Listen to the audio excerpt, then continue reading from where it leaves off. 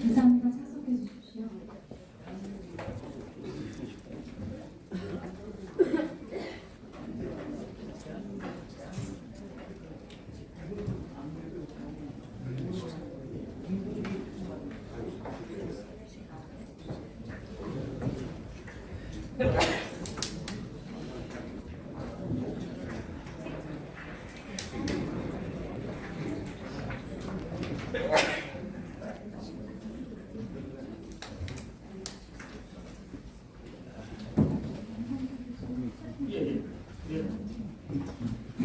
네, 오늘 사회를 맡은 내동통령수의 장관입니다. 9월 4일 북한 육군의 날을 가지고 정말 세미나가 진행됐습니다. 행사가 진행했는데 정말 충격적인 소식이 또 방금 들어와서 저도 참 충격을 받고 현장에 또 가봐야 되겠다는 그런 생각을 갖게 됩니다.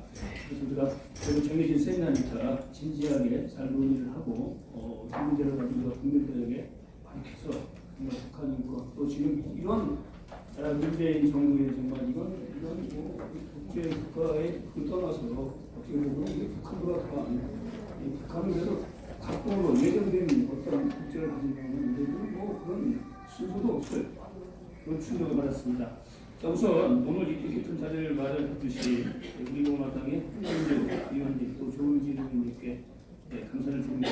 그리고 또 우리 김성미 위원장이 우리 공화당 북한인권위원회를 맡고 또 저희 북한 방송을 맡았는데 저와는 사실 그 방송에서 많이 북한 문제에 관해서 서로 의견을 하고 활동도 많이 북한인권 관련했습니다. 반갑고요. 그리고 우리 실제적으로 준비해 주신 인지연 우리 공화당 수석들은 또 북한 인권 관련해가지고 NGO 활동을 하면서 미국을 비롯해서 또 우리나라 뭐 내적으로 많은 또 활동을 했죠. 정말 수고하셨습니다. 그리고 오늘 이제 발표와 토론을 맡으신 분들 사실 제가 더 얼굴이 익숙합니다. 그래서 어떻게 보면 반가운 얼굴들인데 사실은 반갑지만 않은 것은 여러분 뭐 아까 언급했지만 이 한동호 보좌의 그 아사 사건 정말 충격적인 사건을 접하고 저도 정말 큰 충격을 받았습니다. 저도 개인적으로는 저는 한 1996년 7년부터 사실 탈북민하고 제가 개인적으로 해왔어요. 그래서 어찌 보면 제가 대한민국 정말 빨리 일찍 탈북민들을 초청해가지고 뭐 나름대로 여러 가지 해왔던 사람 중에 한 명인데 이런 충격적인 사건 또 방금 우리가 회의 시작될 무렵에 이 부장소를 경찰이 지금 습격을 해가지고 하고 아주 난장판에 걸고 있다는 이 충격적인 소식을 듣고 정말 가슴이 뭐 어떻게 표현할 수가 없습니다. 우선 우리가 세미나를 잘 진행하기 위해서 간단하게 오늘 좀 발표하고 토론하실 분들을 제가 소개하겠습니다. 먼저 북한 인권법과 문재인 정부의 반인권적 대북적 정책의 주제로 발전해 주신 배성호 교수님 여러분이 소개하겠습니다. 뒤에서 좀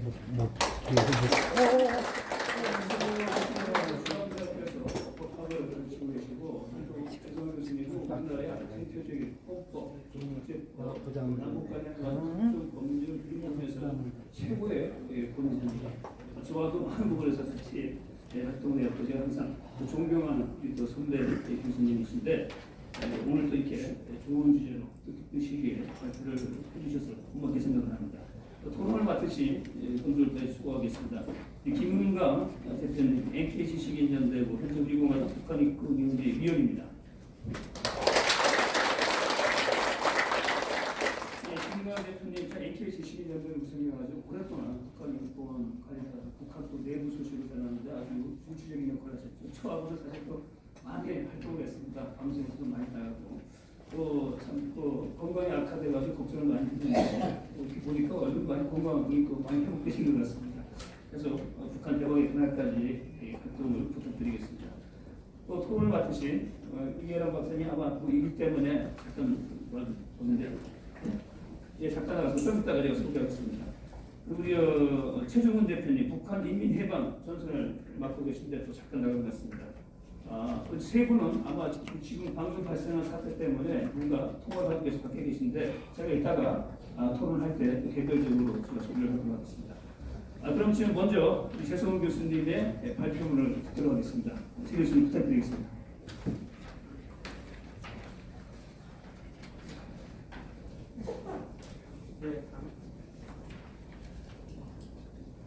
반갑습니다. 중앙대학교 최성훈입니다.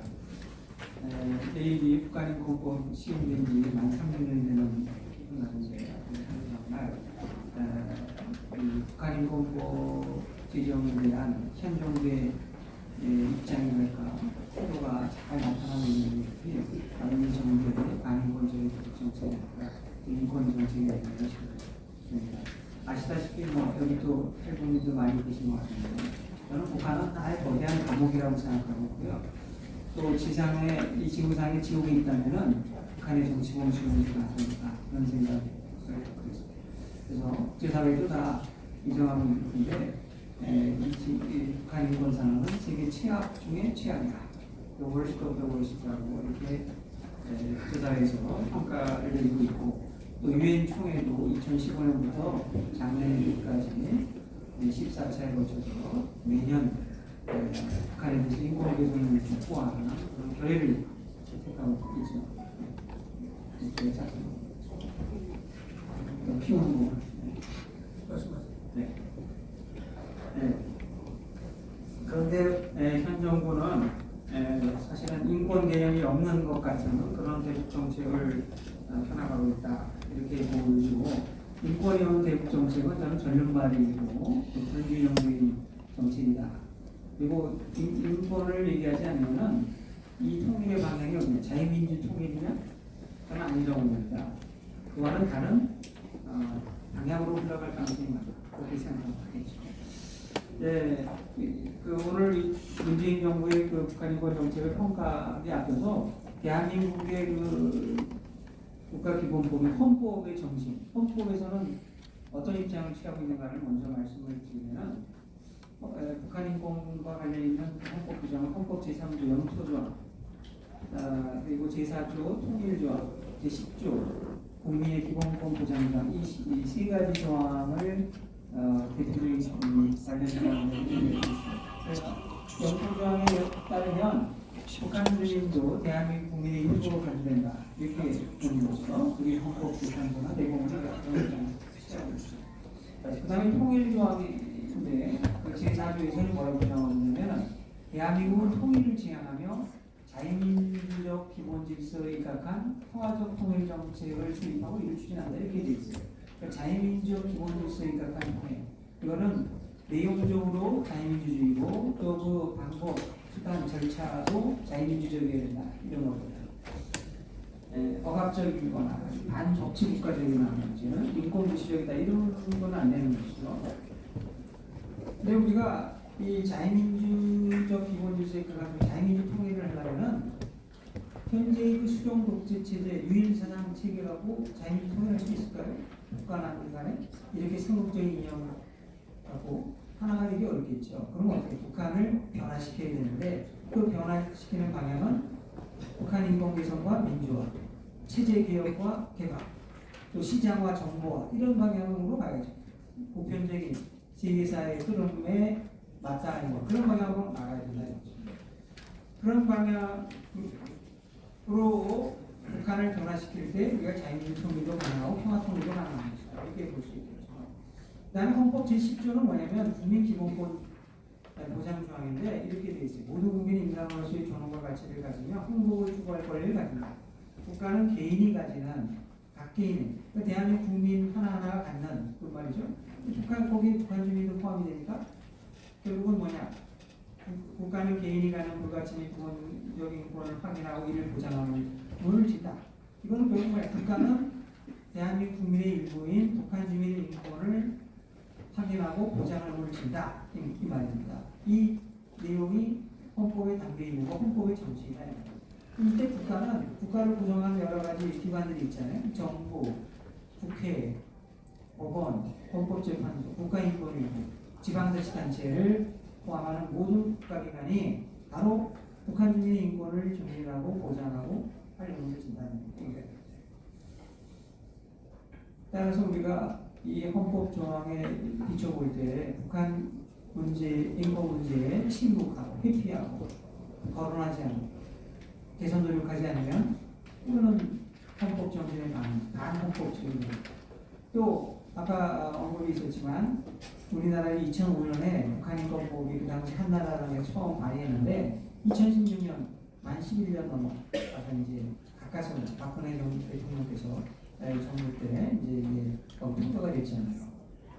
이 북한인권법은 그 당시에 또 국민 여론도 있고 이제는 더 이상 늦출 수 없다. 뭐 이렇게 또 유엔에서도 그 북한의 제재 결의가 강화되고 또 그런 북한인권 참상이 또 널리 알려지고 그러니까 이제 북한까지 야당이 마지못해서 호응해보고 또 여야 합의에서 통과된 거예요. 여야 합의에서 민주적인 정당성, 절차의 합법성을 갖추고 있습니다.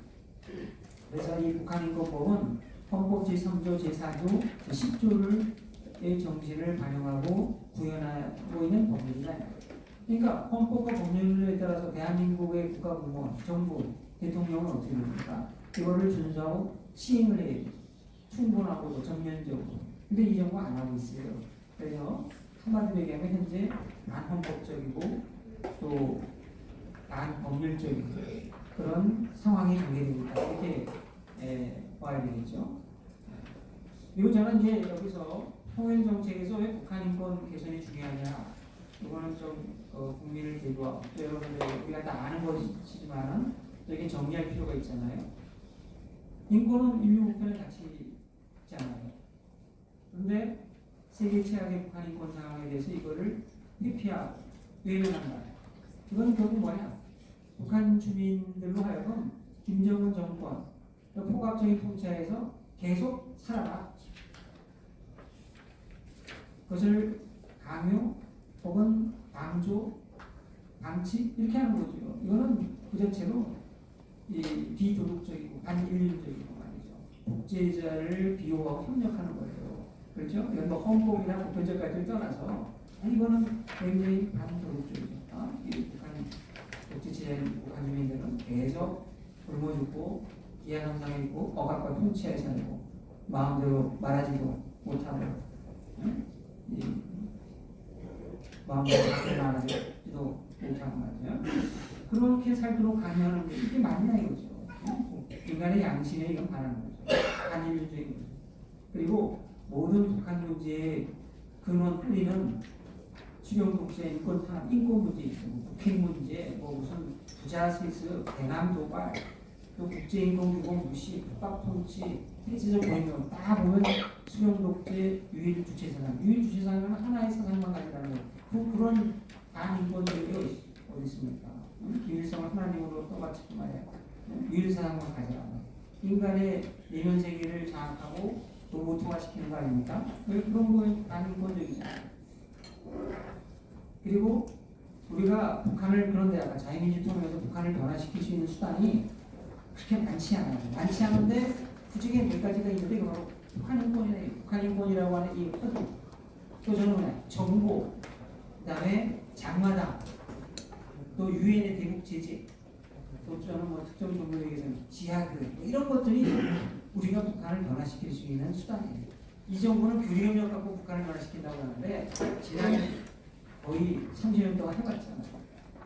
뭐 북한 교류협력 갖고 변하지 않아요. 그걸 따먹기만 하죠. 열매와 가시 지원만. 물론 전혀 변화가 없다고 하시면 크게 일이야. 또 지금 교류협력 하고 싶어도 못해요. 유엔 제재 때문에.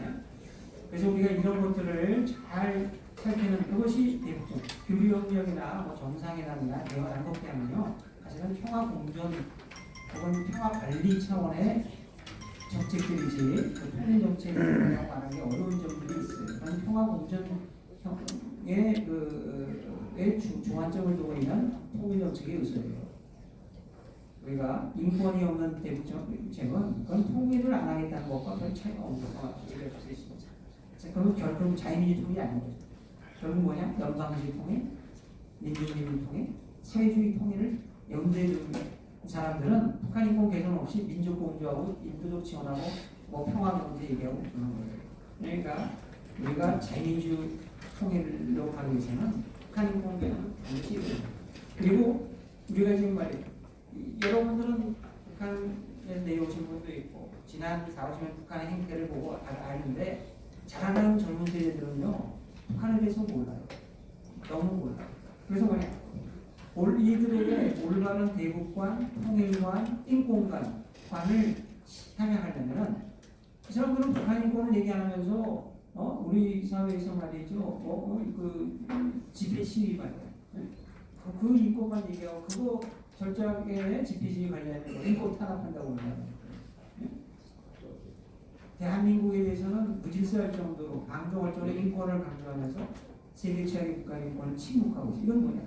인권관의 불균형, 편향적인 인권관 때문에 대국관, 통일관, 인권관을 우리 다음 세대에도 알고 교육하기 위해서도 북한 인권을 얘기해야 된다. 그리고 북한 인권 문제는 우리 통일정책, 대국정책의 도덕성이나 정당성 확보의 수단이에요. 저는 벌써 이 정부의 대국정책은 저는 도덕성, 정당성이 많이 약화되어 있다. 현 정부가 말이죠. 대국정책, 인권정책을 보면 저는 이게 삼무의 정책이다. 무관심, 무책임, 무의지다 이런 표현을 썼는데 그동안에 이분들이 한 행태를 보면요. 일단 대통령이 북한 인권 문제에 대해서 한 번도 거론한 적이 없어요. 그러니까 2년, 한 3, 4개월 되고 공식 석상에서 한 적이 없고요. 또 이미 언급이 있었지만 북한인권재단이라고 하는 것이 북한인권법에 설치가 되어 있는데 이거를 설치하고 있지 않아요. 그건 뭐냐? 반법률적인 사태예요. 위법적인 사태를 이건 만들어 놓고 있고 또 직무유기라고도 쓸 수 있고 그렇게 얘기할 수 있겠죠. 또 북한인권대사, 북한인권복지협력대사 2017년 9월에 임기가 끝나고 지금 만 2년이 되도록 공석 상태에 있어요 지금.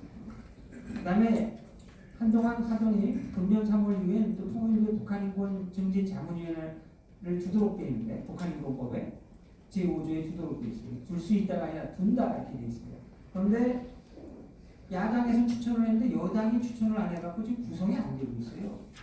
이것도 저는 위헌 위법적인 요소가 있다고 봅니다. 그 다음에 북한인권 기록보존소라는 게 법무부에 설치하도록 되어 있거든요. 통일부에 있는 북한인권 기록센터에서 조사한 내용들을 법무부에 이관하게 돼 있어요. 3개월이면. 근데 2018년에 이게 원래 과천 정부청사의 법무부 안에 있었는데 이걸 어디냐면 저 용인에 있는 법무부 그 군원 그러니까 법무연수원 군원으로 옮겨놓고 있고 그 부산검사가 그 소장했는데 일반 행정공무원으로 보임을 했어요. 그건 결국 뭐냐? 이 업무에 대한 홀대, 외면 일뿐만 아니라 이 업무를 사실상 마비시켜놨다 이렇게 생각합니다. 왜냐하면 증거에 대한 그 검증 이게 상업적으로 그 가치가 있는가? 인권 침해의 그 정보에 대한 검증과 증거 보존이라고 하는 거는 이건 뭐냐면 수사권을 가진 검사의 지휘하에 이걸 해야 되는데 일반 행정공무원 할 수 없어요. 그러니까 저는 이건 거의 불가능. 이제는 거의 그 극도로 제한될 수밖에 없다. 이론상. 근데 이건 뭐 굉장히 무력화시킨 거고. 북한인권 재단 이상을 108억에서 금년에 8억 원으로 축소가 돼서 무려 100억원이나 깎았죠. 북한인권 예산도 마찬가지예요. 북한 주민이 우리 자유민주 통일하겠다고 그러는데 2,300만 북한 주민의 인권을 계산하는데 20몇억 갖고 되겠어요. 안 하는 거는 그렇죠. 연구조사 몇 개를 하는 건 안 하는 겁니다. 대북 방송 지원도 안 하고 북한 인권단체 지원도 안 하고 국제 협력도 안 하고 안 하겠대. 그러니까 북한 인권 국제 협력에서도 인정 안 하는 거죠. 또 언론 보도에 하면은 금년에 김성민 대표 당사자인데 이후에 워싱턴에 열린 북한 자유주간의 행사에 참여하는 그 탈북민 인권단체 종사자들에 대해서 항공료 지원할 것이 하다가 막판에 지원 불가 이유를 밝히지 않고 그대로 지원을 중단했어요. 뭐 이런 것들. 또 이 북한 이탈 주민 정착 지원 사무 하나원이 개소한 게 금년 20주년 됐어요. 1999년에 개소해서 지금 만 20년 행사를 얼마 전에 했는데 장차관이 동참을 했고 그 다음에 그 29주년식 행사를 에 대해서 언론 취재를 못하도록 봉쇄를 했어요. 야, 이거 도대체 이거는 이해가 안 가더라고요. 응? 그럼 그때 장관 어디 갔냐? 경상남도 남북교류협력연구센터 개소식에 참석했습니다. 이게 제가 보기에는 이게 여기는 뭐 그냥 성현우 축사나 이 통일부 장관이 여기 난다는 거는 저는 좀 이해가 안 된다 이렇게 생각합니다. 그다음에 또 탈북 한모 제가 그 사건이 아재 사건이 발생했는데 이거는 우리 탈북민 정책의 허점뿐만 아니라 통일 정책의 난맥상이다. 이 통일 정책에 있어서 뭐가 주고 또 뭐가 중인지를 잘 모른다. 저는 통일 정책은 한마디로 뭐냐면 비핵 평화와 인권 이게 두 개의 양대 축이라고 생각해요. 평화와 인권이에요. 평화는 비핵 평화에 되지 핵 있는 평화? 그게 진정한 평화가 될 수 있나요? 사이비 평화. 핵이 있는 상태에서 뭐 정상회담하고 악수한다고 해서 평화가 오나요? 그거는 평화쇼라는 얘기도 있지만은 그냥 일반 국민들에게 평화 착시 현상을 가져오게 하는 하나의 어떤 그 쇼다 뭐 그렇게 얘기할 수 있겠죠. 정상회담 한 번 했다고 또 악수했다고 해서 한반도에 이 지속 가능한 평화가 이루어지겠습니까? 아닙니다. 그 평화도 인권이 숨쉬고 인권이 증진되고 또 탈북민의 인권이 보장되고 북한 주민도 함께 뭔가 인간답게 살 때 그런 상태의 그 평화가 솔리드하고 지속 가능한 거죠. 그다음에 인권 그리고 통일을 하는 목적 통일 과정에서 통일을 해서 7천만 8천만 한민족이 자유롭고 평화로운 터전에서 함께 어우러져 살기 위해서 하는 거예요. 무단한 행복을 부과하고 인권을 향하기 위해서 우리가 해야 거 아니에요. 그래서 저희는 이 대국 통일 정책의 목표는 평화와 인권이에요. 그런데 현 정부 사람은 그런 관점은 싹 빼버리고 교류협력이 있죠. 교류협력이 대국 통일 정책의 목표예요. 그리고 뭐예요? 정상회담. 그래갖고 뭔가 자꾸 이벤트를 만드는 거예요. 그럼 그거는 뭐냐? 통일 정책을 왜곡한 거라고 저는 생각합니다. 그 다음에 제가 오늘 얘기하고 싶은 건 뭐냐? 문재인 정부의 이 대북 인권 정책은 유엔의 입장과 배치되고 있고 유엔의 입장을 유엔의 권고를 전혀 수용하고 있지 않습니다. 유엔에서는요 2004년부터 지금 그때부터 15년 됐는데 유엔 인권이사회라는 기관이 있어요. 유엔에서는 인권 업무를 전담하는 유엔 인권이사회라는 게 있고 그것은 전신이 유엔 인권위원회예요. 그 2004년부터 유엔 인권위원회, 유엔에서는 유엔 북한 인권 특별보고관이라고 하는 그런 제도를 설치를 하기 시작했어요. 그래서 6년 해서 지금은 토마스 킨타나라는 분이 하고 있는데 2016년 이후부터 이분이 뭐라고 하냐면 작년 올해부터 얘기한 게 뭐냐 인권 문제는 북한과의 대화에 있어서 장애물이 아니라 평화를 위한 대화를 지속 가능하게 이끌어가는 방법이다. 이분이 한 말이고 또 4.27 판문점 선언과 6.12 북미 정상회담 합의문 모두 북한 인권에 대해서 언급하지 않고 있고 해결 전략도 보여주지 않고 뭐 비판하면서 역사를 뒤돌아보면 한반도의 평화의 번영을 가져오려면 인권이 답이다 이렇게 얘기했어요. 네. 킨타나 보고관은 또 유엔 총회 제출한 북한 인권 보고서에서 평화 안보 계획과 의제를 구성하는 일부로서 북한 인권 논의가 진행되기를 바란다면서 인권 문제를 제기하는 것은 지속 가능하고 포괄적인 통화 협상을 보장하는 길이라고 확신한다. 이런 발언을 서울에서도 하고 뉴욕 유엔 본부에서도 하고 기자간담회 여러 차례 되풀이하고 있어요. 다시 말하면 인권 증진이 없는 그 평화는 사이비 평화로서 지속 가능하지 않다. 그리고 남북 대화의 인권 문제를 포함시켜라 이거예요. 결국 이건 무슨 말이냐? 남북 정상회담에서 북미 정상회담에서 한국, 미국 대통령이 북한 인권, 또 북한권 납북자, 이산가족 문제 거론하는 것이 바람직하다 이 말이에요. 그게 유엔의 입장이에요. 그런데 현 정부는 전혀 거기에 대해서 아랑곳하지 않고 있다. 자, 문재인 정부의 대북 인권 정책 방향은 뭐냐? 보편적 가치 입각해가지고 인권 정책을 북한 인권으로 펴나가야 된다고 그렇게 생각하고요. 인권 문제 그 자체로 접근하고 해결을 추구한다고 생각합니다.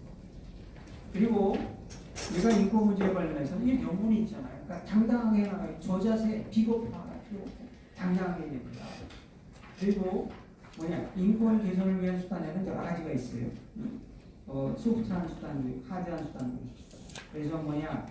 무슨 압박을 한다든가 국제 공조를 한다든가 제재를 한다든가 또 네이밍 앤 쉐이밍이라서 북한이라는 이름을 유엔 총회 결의를 통해 가지고 거명을 하고 수치를 가는 이런 방법도 있어요. 그 다음에 전단, 일화를 발송하면 또 온라인 활동, 압박, 정보 유통 이런 수단도 있지만 또 대화 교류 협력도 있고 지원도 할 수 있겠죠. 그런데 어떤 건 되고 어떤 건 안 된다. 이건 이렇게 선별적인 제사를 가서는 안 된다. 그래서 우리가 북한 인권 개선을 위해서는 모든 수단을 다 동원해. 다만 이제 지루하게 할 필요는 남남 갈등을 과도하게 할 필요는 없고 나는 이게 전단 발송할 때는 몰래 야밤에 새벽에 뭐 이렇게 해도 된다고 생각해요. 굳이 이렇게 싸울 필요는 없다고 생각하는 것이.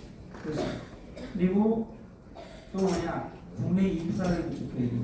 여러분이 북한 인권 문제도 그렇고 모든 사안들이 그렇고 말이죠. 이건 초파들이 하는 것 주장하는 얘기도 하는데 먼저 뭐냐 이 사람 혁명을 하려면요 사람을 교육시켜서 주체를 만들어야 된다고 합니다.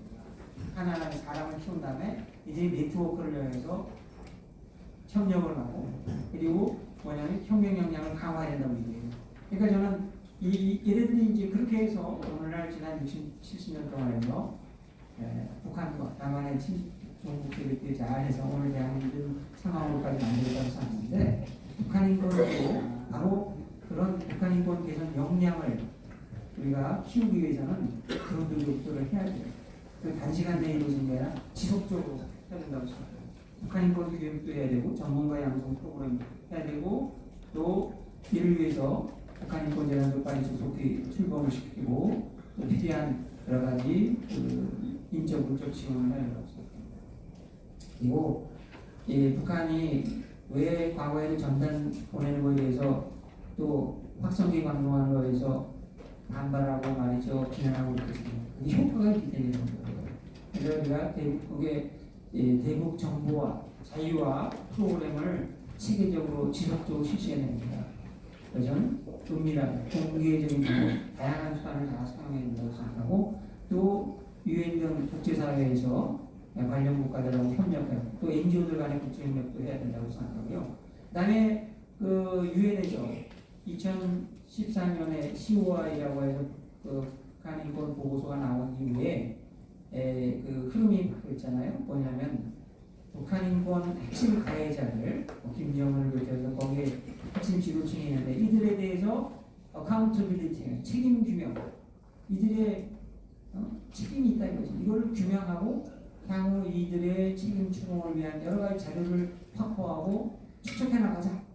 이런 노력들을 좀 해나가고 있잖아요.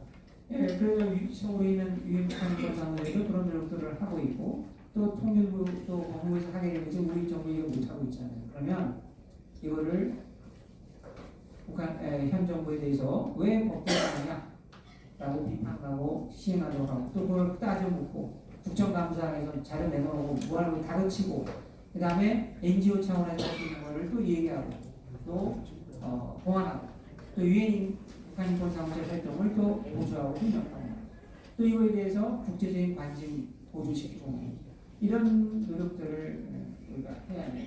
정부가 안 하면은 가만히 있고 우리가 침묵하고 있는 게 아니라 NGO 차원에서 야당에서 우리 의원함 차원에서 할 수 있는 일을 찾아가고 해야 된다고 생각합니다. 그리고 탈북민 정책은 우리가 북한 인권과 탈북민 정책은 아주 긴밀하게 연관되어 있어요. 네. 우리 탈북민 정책에 대해서 어제 오늘도 또 한번 돌아가시고 이렇게 했는데 이런 분들이 실패 사례가 있으면 아까 우리 대표님께서 말씀하셨나? 이게 북한이 이용하잖아요. 그런데 성공 사례가 많아지고 잘 정착하고 이런 것들이 북한에게 소식이 들어가. 그럼 북한에서 야, 북한 남한이 정말 잘 살고 남한에 내려갔더니 우리 그 형제 친구 보통 이들이 잘 살고 있구나. 이게 북한 사회를 변화시켜 북한 사회가 애초에 남한 사회를 동경하고 남한에 대한 우호적 인식을 갖게 되고 이른바 친남한의 현상을 가져올 수 있는. 그리고 북한 주민 북한은 남한은 저렇게 잘 살고 성공하고 인권도 좋다고 하는데 우리를 왜 이렇게 괴롭히냐? 장마당에 장사해 먹는 여러 가지 착복하고 말이에요. 뺏어가고 말이에요. 왜 우리 이렇게 괴롭히냐? 그러면 북한 주민들이 김정은 정권에 있어서 이반 현상이 발생하고 이러다 보면 체제가 흔들리면 북한 주민들에 대한 인권 탄압을 또 축소하고 자제하고 줄 수밖에 없어요. 또 북한 정권이 통일되는 과정에서. 그러니까 이게 북한 인권 탄압을 또 줄이고 억제하는. 그러니까 탈북민들의 성공 사례가 참 많이 늘어나야 되고 이런 비담들이 북한에 들어가야 되는 이런 그리고 또 탈북민 그 자체의 인권을 우리가 생각해야 되는 거고 그래서 우리가 사람들은 지금 통일은 정치적 통일은 먼 훗날이 국회 문제 내야 되고 먼 훗날의 얘기라고 생각하는데 뭐 의외로 그것도 빨리 올 수도 있겠지만 그 시기는 아무리 그런데 지금 남과 북 간에 말이죠 공간적, 장소적, 정치적 통일은 안 되지만 남북한 주민들 간에 지금 마음의 통일, 마음은 지금 가까워질 수도 있고 멀어질 수도 있는 거예요. 이 남북한 주민들 간의 마음의 통합은 이미 오래전부터 시작되어 있고 진행 중인데 이거를 우리가 잘 관리를 해야 돼요. 네? 통일 지향적인 방법, 자유민주 통일 지향적인 방법하고 관리. 이게 통일 정책이에요. 이런 거에 대한 무관심하는 게 뭐 김정은이하고 정상이라고 하는 게 통일 정책에서 그거는 분단 관리, 분단의 안정적 관리 차원에서 할 수도 있는 거죠. 그걸 완전히 대역할 수는 없어요. 근데 그게 통일 정책의 가장 중요한 요소. 절대 그렇지 않다. 우리가 이런 그 탈북민 정책, 북한 인권 정책에 대해서 우리가 무관심을 생각합니다. 중요시. 그래서 제가 아까 잠깐 얘기했는데 말을 맞추기 앞서서 동서독은 어떻게 했냐 이거지. 동서독을 생각해보자. 서독은 말이죠. 통일되기 전에 4차례 양국 간에 정상회담을 했어요. 그런데 4차 정상회담에서 서독의 콜 총리는 말이죠. 만찬 환영연설을 했습니다. 본에서. 그때 뭐라고 했냐. 1800만 동독 주민을 향해서 통일과 자유, 인권을 강조했어요. 그리고 베를린 장벽에서 배후에 탈주하는 민간인에 대해서 총격을 하지 말아라. 그런 반인륜적인 행위하지 말라고 중단하라고 호네커를 압박하고 그랬다는 거죠. 우리 대통령은 왜 그런 말을 못했냐. 그때 86년, 이번 87년, 86년에 그 당시 선임당은 무슨 일을 했는지 알아요? 1986년에 통일되기, 그러니까 베를린 장벽 공개되기 한 3년 전쯤, 통일되기 한 3, 4년 전에 그 당시의 야당, 선임당은 동독에 가가지고 말이에요. 뭐라고 했냐? 서독의 야당과 동독의 공산당 간의 합의에서 동독이 싫어하는 말이죠. 우리 북한 인권 기록 보존서에 해당하는 상당한 그 선례가 알 수 있는 중앙 법무 기록 보존서라는 게 있어요. 이게 그 짤스 미터라고 하는 거기에서 만든 이 동독 내에서 이루어진 인권 침해에 대해서 정적 폭행에서 체계적으로 기록하는 보존서를 해체하고 없애자고 하는 공동 성명을 발표해요. 통일되기 3, 4년 그 어떤 것도 뭐라고 그런 반인권적인 행태를 한다는 거죠. 그러니까 지탄을 받고 역사의 앞날에 어떤 일이 벌어질지 모르고 그런 꼴을 범하지 않나요? 그 당시에 그 야당 3인당이랬는데 현 정부가 하는 대북 인권 정책도 나름대로 나중에 어느 시기에 가서 평가를 받고 또 비판을 받는 날이 올 거라고 생각합니다. 그래서 우리는 뭐냐 당당하게 남북 정상회담에서 또 북미 정상에서 지금 뭐 저기 미국 대통령이 이상하게 지금 뭐 김정은을 자꾸 뭐 칭찬을 너무 하고 있는데 2017년 말에 서울에 와서 국회의사당에서 김정은 정권을 비판한 그때 그 정신은 어디로 사라진지 모르겠어요. 트럼프가 정신을 좀 차리고 북한 인권 문제에 대해서 균형 잡힌 자세를 자 그렇게 주제를 기대하고요. 지금 이제 오늘 우리 공화당에서 매일 그 북한 인권 법시행 이제 선진을 균형해서 이제 오늘 행사를 하고 또 북한 인권 개선을 위한 노력을 이제 다시 자세를 하다는 것인데 이 정부는 말이죠 이제 말을 너무 많이 했기 때문에 그치겠습니다. 이 정부는 북한에 대해서는 관심이 너무 많아요. 그죠? 북한 인권에 대해서 관심이 있어. 뭐 동성애 인권부터 인권 관심이 있다고 해요. 그런데 이걸 결합한 북한 인권은 아주 무관심합니다. 아주 아이러니한 현상인데 저는 이건 사이비 진보라고 생각해요. 가짜 진보예요, 가짜. 자기는 자칭 진보라고 그러는데 저는 시딕시하게 독재 정권, 그다음에 억압적이고 이런 그 인권 탄압 정권을 비호하고 인권을 얘기하지 않는 거는요 용감하지 않고 비겁한 행동이잖아요. 그렇죠?